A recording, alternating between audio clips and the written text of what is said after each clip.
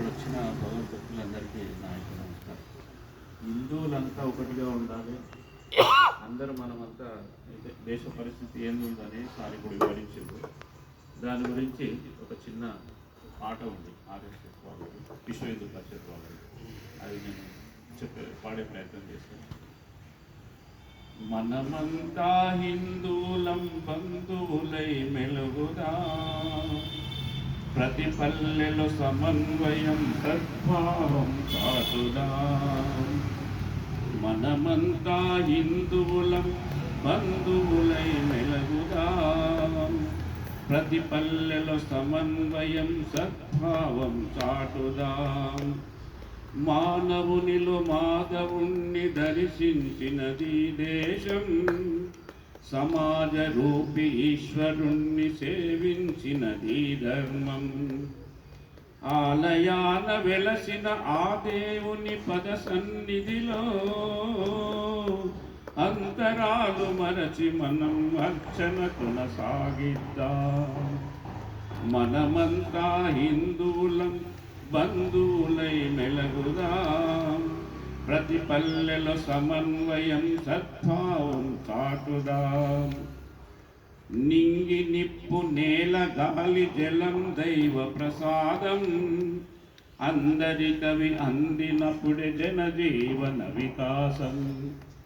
జలవనరుల వాడుకలో కులమెందుకు ప్రమేయం, ప్రకృతి తల్లివడిలోన మనమంతా సమానం.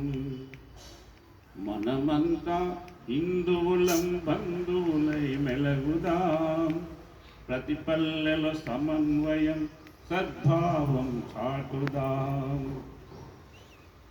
పునరపి జననం మరణం విధి విధాత నిర్ణయం, శివుని రుద్ర భూమిలోన అందరికీ అవకాశం. అందరి అంతిమ గమనం అంత్యక్రియ సంస్కారం, అంతరాలు వదిలేద్దాం సమరతను సాధిద్దాం. మనమంతా హిందువులం బంధువులై మెలుగుదాం, ప్రతి పల్లెల సమన్వయం సద్భావం చాటుదాం. ఇది విశ్వ హిందూ పరిషత్ వాళ్ళని ఒక పాట వాళ్ళు చెప్పడం జరిగింది. అయితే మాయామయము జగమంతా మమకారాలే మనసంతా, ఉన్నది చూడరు ఎవరైనా, లేనిదే చూస్తారు ఎప్పుడైనా.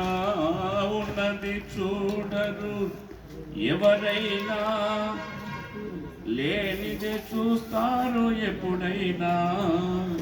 ఉన్నది బ్రహ్మము లేనిది జగము, తెలిసేదెప్పుడో ఈ నిజము.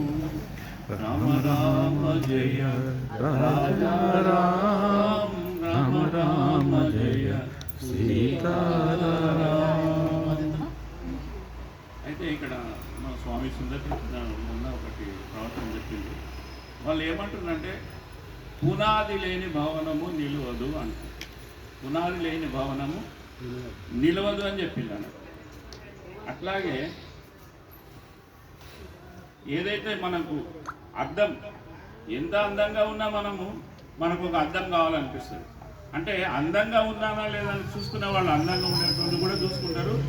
నేను అందంగా ఉంటానా, ఎట్లా సింగారించుకుంటే నేను అందంగా ఉంటాను, ఎట్లా ఏ బట్టలు వేసుకుంటే నేను బాగుంటాను అనే వాళ్ళకు కూడా అద్దం అవసరమవుతుందని చెప్తారు. దానికి వికారినైనా వికారినైనా ఈసడించదు దర్పణము. వికారినైనా వికారినైనా ఈసడించదు దర్పణము.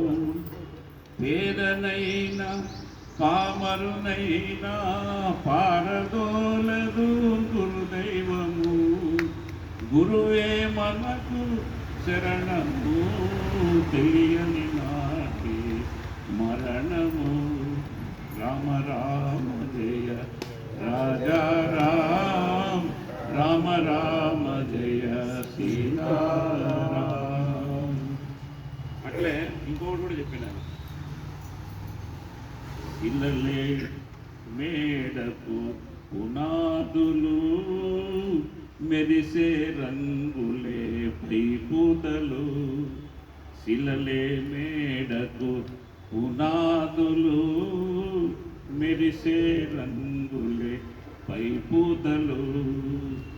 మెరిసి మాసే పూతల కన్నా, మెరిసి మాసే పూతల కన్నా, నిలిచి మోసే పునాదులే మిన్నా. మెరిసి మాసే పూతల కన్నా, నిలిచి మోసే పునాదులే మిన్నా అని చెప్తారు. అయితే మనము ఇటువంటివి వినాలి. ఇటువంటి యదా ఆచరతే శ్రేష్ఠ తద్దేవేతరో జన సయత్ ప్రమాణం కృతి లోక సదా అనువర్తతే అన్నాడు భగవద్గీత శ్లోకంలో. అందుకని ఇటువంటి మంచి విషయాలు మనం తెలుసుకుంటున్నారు. కానీ తెలుసుకుంటున్నారంటే కూడా మనకు ఇంట్లో వాళ్ళు కూడా సహకరించాలి. ఇప్పుడు ఇంట్లో వాళ్ళని మనం మంచిగా ఉండాలంటే రెండే విషయాలు తెలుసుకున్నాం. ఆమె ఏం చెప్తే ఓకే అనాలి. ఒకరోజు ఆమె ఏమన్నదంట, ఏమండి చీరలు కొనుక్కుందామని అన్నది. మనం ఏమో అపోజ్ చెప్పొద్దు, పోదాం పదా అన్నాను. ఆడ చీరలు చూసినాక 10 చీరలు వేసినాక ఇందులో ఏ చీర బాగుంది అంటే నీ ఇష్టం లేదా, ఏ చీర బాగుంది అని తీసుకో.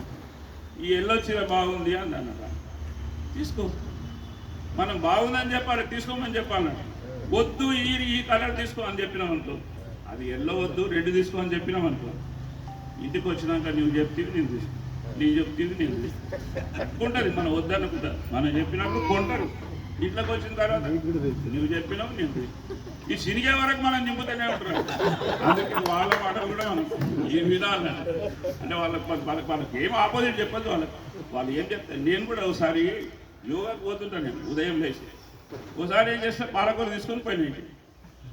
పాలకూర ఎందుకు తెచ్చును, చుక్కకూర తీసుకురాదా. రెండో రోజు ఏం చేస్తే 2 తీసుకోపోయి, ఒకటే తీసుకురాదా, 2 ఎందుకు తీసుకొచ్చి మనం ఏం చేయాలో అసలు అర్థమే కాదు. అంటే ఇది ఎందుకు చెప్తున్నా అంటే, ఒక దగ్గర సప్తాహం జరుగుతుంది. అంటే వాళ్ళ మాటలు ఎందుకు వినాలి మనం అనేది చెప్తాం. కొంచెం సప్తాహం జరుగుతుంటే అక్కడ ప్రతిరోజు ఆయన ఎంతో మంచి మంచి విషయాలు చెప్తున్నాడు. భార్య అంటుంది, ఒక్క రోజన్నా పోవా నువ్వు ప్రవచనానికి, ఆయన చెప్పే మాటలు నువ్వు వినాలి కదా, ఒక్క రోజన్నా పోవా అంటే ఒక్క 2 రోజులు చివరి రోజులు పోయినట్టు. ఆయన చివరి రోజులు పోతే ఆయన అన్నట్ట గురువుగారు చివరి రోజు, అయ్యా నేను మీ ద్వారా నేను ఏమీ కోరడం లేదు, ఏదన్నా ఒకటి మంచి విషయాన్ని పట్టుకోండి, చెడు విషయాన్ని వదిలేయండి అని చెప్పి చివరిగా చెప్పడం జరిగిందట. ఎవరో ఆ ప్రవచనం చెప్పే కర్త. ఈయన ఒకరోజు లాస్ట్ రోజు పోతే ఇది ఒకటి తెలుసుకున్నాడు. అందరిని అడిగింది, ఏం చెప్తాను, నేను ఒక మంచి విషయాన్ని పట్టుకుంటా, చెడు విషయం ఏంటి అంటే, మా ఇంటి ముందర ఒక అతను ఉంటాడు, ఆయన మంచి వ్యక్తి, ఆయన ముఖం చూడండి నేను మంచి నీళ్ళు కూడా తాగాను, ఇదొకటి నేను శబ్దం చేస్తున్నా అన్నాడు. ఇది మంచి విషయమే కదా, సరే అలాగే ఆయనను చూసిన తర్వాతనే నేను ఏదైనా స్వీకరిస్తా అని చెప్పడం జరిగింది. ఆయన ప్రతిరోజు ఆయనను చూడాలి, ఈయన మిగతా కార్యక్రమాలు స్టార్ట్ చేయాలి. ఒకరోజు ఆయన లేడు ఇంటి ముందర, లేకుంటే ఈయనకి ఇబ్బంది కలిగింది. ఈయన టిఫిన్ చేయాలి, ఆకలి అవుతుంది, ఆయన లేడు. ఇంటికి పోయి అడిగింది, అమ్మ సార్ ఎక్కడ పోయింది అమ్మ లేడు అంటే, ఏం లేదయ్యా అది పూల తోటలకు మట్టి కావాల్సిందే, ఎర్రమనుకుంటా పోయిండు, మట్టి తీసుకురావడానికి. అది ఇంట్లో ఉంటే లేట్ అవుతుంది, ఎప్పుడు వస్తాడేమని చెప్పి ఈయన ఏం చేసాడు, ఎర్రమనుకుంటా పోయిండు. పోతే ఆయన తోగుతుంటే ఆయనకు ఒక లక్క బిందెలు దొరికినాయంట 2. దొరికితే ఈయన వచ్చి ముందర గుట్టకాడ నిలడా, చూసినా అంటే ఆయన అనుకున్నాడు, ఈ కొడుకు చెప్పేటట్టు పోలీసు వాళ్ళకి చూసినాడు. ఎందుకంటే బంగారం దొరికింది కదా. అరే నీకు ఒకటి ఇస్తారా, ఏం చెప్పకు, నీకు ఒకటి ఇస్తారా అన్నాడు. అవన్నీ ఏమో కానీ నేను చూసినాను ఎంబడే పడ్డాడు. అంతే, వాడు వీడు. ఇంటికి వచ్చినాక చెప్పిండంట, భార్య అన్నదంట, చూడు నువ్వు 7 రోజుల కార్యక్రమంలో లాస్ట్ రోజు పోతే ఒక బంగారం బిందె దొరికింది, ముందే చెప్పినట్టు ఎంత దొరుకుతుంటుంది కదా. అందుకనే ఇటువంటి మంచి విషయాలు కూడా మనం ఇటువంటి వాళ్ళతో మనం నేర్చుకోవాలి, ఇటువంటి ప్రవచనాలు వెళ్ళాలి, ఇటువంటి కార్యక్రమాల్లో పాల్గొనాలని చెప్తూ ఈ అవకాశం ఇచ్చిన పెద్ద నమస్కరిస్తున్నాను. సెలవు.